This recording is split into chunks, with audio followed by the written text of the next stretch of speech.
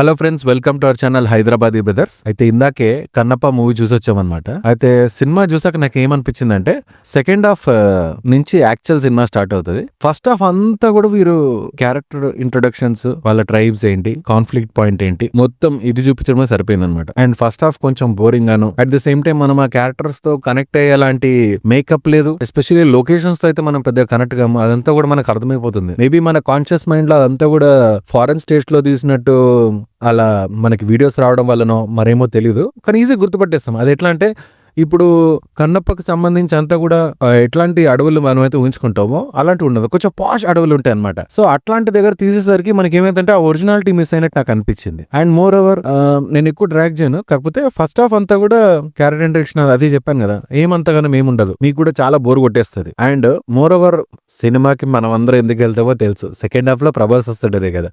So first half మొత్తం ఓపిక్ గా కూర్చొని ఫస్ట్ హాఫ్ ఇంటర్వెల్ అయిపోయాక ఇప్పుడన్నా ప్రభాస్ వస్తాడని చెప్పి ఇంకా తప్పక సెకండ్ హాఫ్ కోసం వెయిట్ చేసాం. సెకండ్ హాఫ్ ఎగ్జాక్ట్ గా ప్రభాస్ వాళ్ళు చెప్పినట్టే రన్ టైం ఎంతైతే ఉంటాడో అంతే ఉంటాడు, కానీ ప్రభాస్ స్క్రీన్ ప్రెసెన్స్ ఒక్కసారి ఇట్లా ప్రభాస్ స్క్రీన్ మీద రాగానే ఇంకా థియేటర్ మొత్తం జై అని ఒకటేసారి ఇట్లా లేచిందనమాట. అండ్ ఇంకా అక్కడి నుంచి సినిమా ఒక పేస్ అందుకుంటది. అప్పటి వరకు ఏం జరుగుతుందా అని అనిపించేది, ఓకే ఇందుకా అని అనిపిస్తుంది.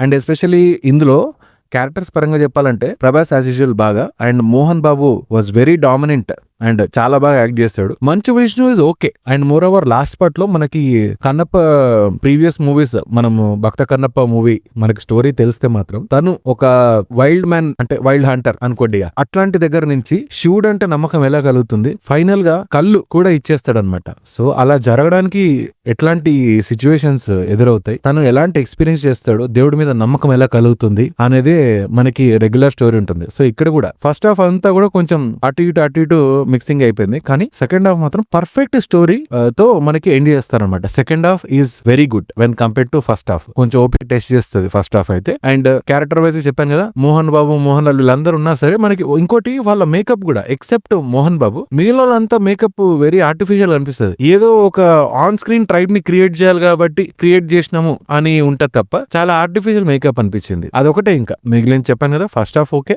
సెకండ్ హాఫ్ అయితే బాగుంది. అండ్ ప్రభాస్ కోసం మంచిగా వెళ్ళి చూడొచ్చు. స్టోరీ కూడా లాస్ట్ మూమెంట్ లో విష్ణు బాగానే యాక్ట్ చేస్తాడు.